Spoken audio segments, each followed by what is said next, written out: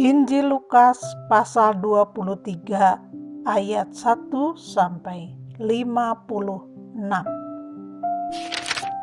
Yesus di hadapan Pilatus. Lalu bangkitlah seluruh sidang itu dan Yesus dibawa menghadap Pilatus. Di situ mereka mulai menuduh dia, katanya, "Telah kedapatan oleh kami bahwa orang ini menyesatkan bangsa kami dan melarang membayar pajak kepada Kaisar. Dan tentang dirinya, ia mengatakan bahwa ia adalah Kristus, yaitu Raja." Pilatus bertanya kepadanya, "Engkaukah Raja orang Yahudi?" Jawab Yesus, "Engkau sendiri mengatakannya." Kata Pilatus kepada imam-imam kepala dan seluruh orang banyak itu, "Aku tidak mendapati kesalahan apapun pada orang ini." Tetapi mereka makin kuat mendesak, katanya, "Ia menghasut rakyat dengan ajarannya di seluruh Yudea. Ia mulai di Galilea dan sudah sampai ke sini." Ketika Pilatus mendengar itu, ia bertanya, "Apakah orang itu seorang Galilea?" Dan ketika ia tahu bahwa Yesus seorang dari wilayah Herodes, ia mengirim dia menghadap Herodes yang pada waktu itu ada juga di Yerusalem. Yesus di hadapan Herodes. Ketika Herodes melihat Yesus, ia sangat girang, sebab sudah lama ia ingin melihatnya karena ia sering mendengar tentang dia. Lagi pula, ia mengharapkan melihat bagaimana Yesus mengadakan suatu tanda. Ia mengajukan banyak pertanyaan kepada Yesus, tetapi Yesus tidak memberi jawaban apapun. Sementara itu, imam-imam kepala dan ahli-ahli Taurat maju ke depan dan melontarkan tuduhan-tuduhan yang berat terhadap dia. Maka mulailah Herodes dan pasukannya menista dan mengolok-olokkan dia. Ia mengenakan jubah kebesaran kepadanya, lalu mengirim dia kembali kepada Pilatus. Dan pada hari itu juga bersahabatlah Herodes dan Pilatus. Sebelum itu mereka bermusuhan. Yesus kembali di hadapan Pilatus.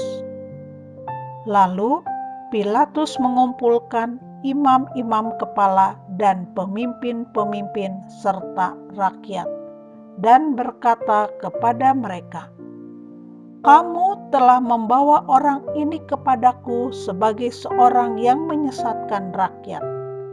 Kamu lihat sendiri bahwa aku telah memeriksanya, dan dari kesalahan-kesalahan yang kamu tuduhkan kepadanya, tidak ada yang kudapati padanya." Dan Herodes juga tidak, sebab ia mengirimkan dia kembali kepada kami.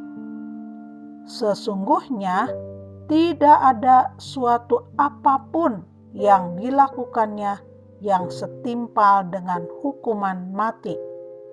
Jadi aku akan menghajar dia lalu melepaskannya, sebab ia wajib melepaskan seorang bagi mereka pada hari raya itu. Tetapi mereka berteriak bersama-sama, "Enyahkanlah dia, lepaskanlah Barabas bagi kami." Barabas ini dimasukkan ke dalam penjara berhubung dengan suatu pemberontakan yang telah terjadi di dalam kota dan karena pembunuhan. Sekali lagi, Pilatus berbicara dengan suara keras kepada mereka karena ia ingin melepaskan Yesus. Tetapi mereka berteriak membalasnya. Katanya, "Salibkanlah dia! Salibkanlah dia!" Kata Pilatus untuk ketiga kalinya kepada mereka. Kejahatan apa yang sebenarnya telah dilakukan orang ini? Tidak ada suatu kesalahan pun yang kudapati padanya, yang setimpal dengan hukuman mati. Jadi, aku akan menghajar dia lalu melepaskannya. Tetapi dengan berteriak mereka mendesak dan menuntut supaya ia disalibkan. Dan akhirnya mereka menang dengan teriak mereka. Lalu Pilatus memutuskan supaya tuntutan mereka dikabulkan. Dan ia melepaskan orang yang dimasukkan ke dalam penjara karena pemberontakan dan pembunuhan itu sesuai dengan tuntutan mereka. Tetapi Yesus diserahkannya kepada mereka untuk diperlakukan semau-maunya. Yesus dibawa untuk disalibkan. Ketika mereka membawa Yesus, mereka menahan seorang yang bernama Simon dari Kirene, yang baru datang dari luar kota. Lalu diletakkan salib itu di atas bahunya, supaya dipikulnya sambil mengikuti Yesus. Sejumlah besar orang mengikuti dia, di antaranya banyak perempuan yang menangisi dan meratapi dia. Yesus berpaling kepada mereka dan berkata, "Hai putri-putri Yerusalem, janganlah kamu menangisi aku, melainkan tangisilah dirimu sendiri dan anak-anakmu. Sebab lihat, akan tiba masanya orang berkata, berbahagialah perempuan mandul dan yang rahimnya tidak pernah melahirkan dan yang susunya tidak pernah menyusui. Maka orang akan mulai berkata kepada gunung-gunung, runtuhlah menimpa kami, dan kepada bukit-bukit, timbunilah kami. Sebab jikalau orang berbuat demikian dengan kayu hidup, apakah yang akan terjadi dengan kayu kering?" Dan ada juga digiring dua orang lain, yaitu dua penjahat untuk dihukum mati bersama-sama dengan dia. Yesus disalibkan. Ketika mereka sampai di tempat yang bernama Tengkorak, mereka menyalibkan Yesus di situ dan juga kedua orang penjahat itu, yang seorang di sebelah kanannya dan yang lain di sebelah kirinya. Yesus berkata, "Ya Bapa, ampunilah mereka, sebab mereka tidak tahu apa yang mereka perbuat." Dan mereka membuang undi untuk membagi pakaiannya. Orang banyak berdiri di situ dan melihat semuanya. Pemimpin-pemimpin mengejek dia, katanya, "Orang lain ia selamatkan. Biarlah sekarang ia menyelamatkan dirinya sendiri, jika ia adalah Mesias, orang yang dipilih Allah." Juga prajurit-prajurit mengolok-olokkan dia. Mereka mengunjukkan anggur asam kepadanya dan berkata, "Jika engkau adalah raja orang Yahudi, selamatkanlah dirimu." ada juga tulisan di atas kepalanya, "Inilah Raja orang Yahudi." Seorang dari penjahat yang digantung itu menghujat dia. Katanya, "Bukankah engkau adalah Kristus? Selamatkanlah dirimu dan kami." Tetapi yang seorang menegur dia, katanya, "Tidakkah engkau takut juga tidak kepada Allah, sedang engkau menerima hukuman yang sama?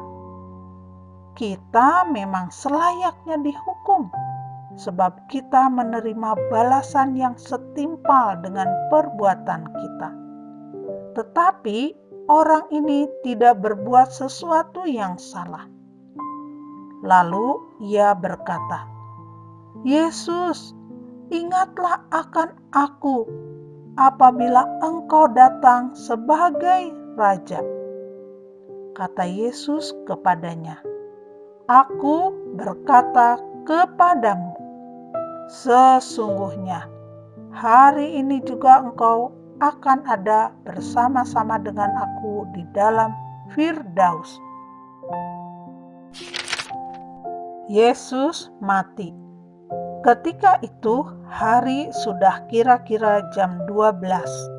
Lalu kegelapan meliputi seluruh daerah itu sampai jam 3, sebab matahari tidak bersinar, dan tabir bait suci terbelah dua.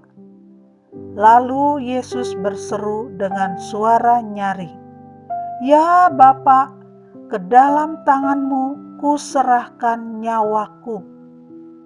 Dan sesudah berkata demikian, ia menyerahkan nyawanya.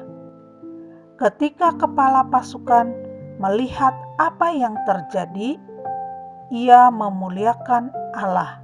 Katanya, "Sungguh, orang ini adalah orang benar." Dan sesudah seluruh orang banyak yang datang berkerumun di situ untuk tontonan itu, melihat apa yang terjadi itu, pulanglah mereka sambil memukul-mukul diri. Semua orang yang mengenal Yesus dari dekat, termasuk perempuan-perempuan yang mengikuti dia dari Galilea, berdiri jauh-jauh dan melihat semuanya itu. Yesus dikuburkan. Adalah seorang yang bernama Yusuf. Ia anggota majelis besar dan seorang yang baik lagi benar. Ia tidak setuju dengan putusan dan tindakan majelis itu. Ia berasal dari Arimatea, sebuah kota Yahudi, dan ia menanti-nantikan kerajaan Allah. Ia pergi menghadap Pilatus dan meminta mayat Yesus. Dan sesudah ia menurunkan mayat itu, ia mengapaninya dengan kain lenan, lalu membaringkannya di dalam kubur yang digali di dalam bukit batu, di mana belum pernah dibaringkan mayat.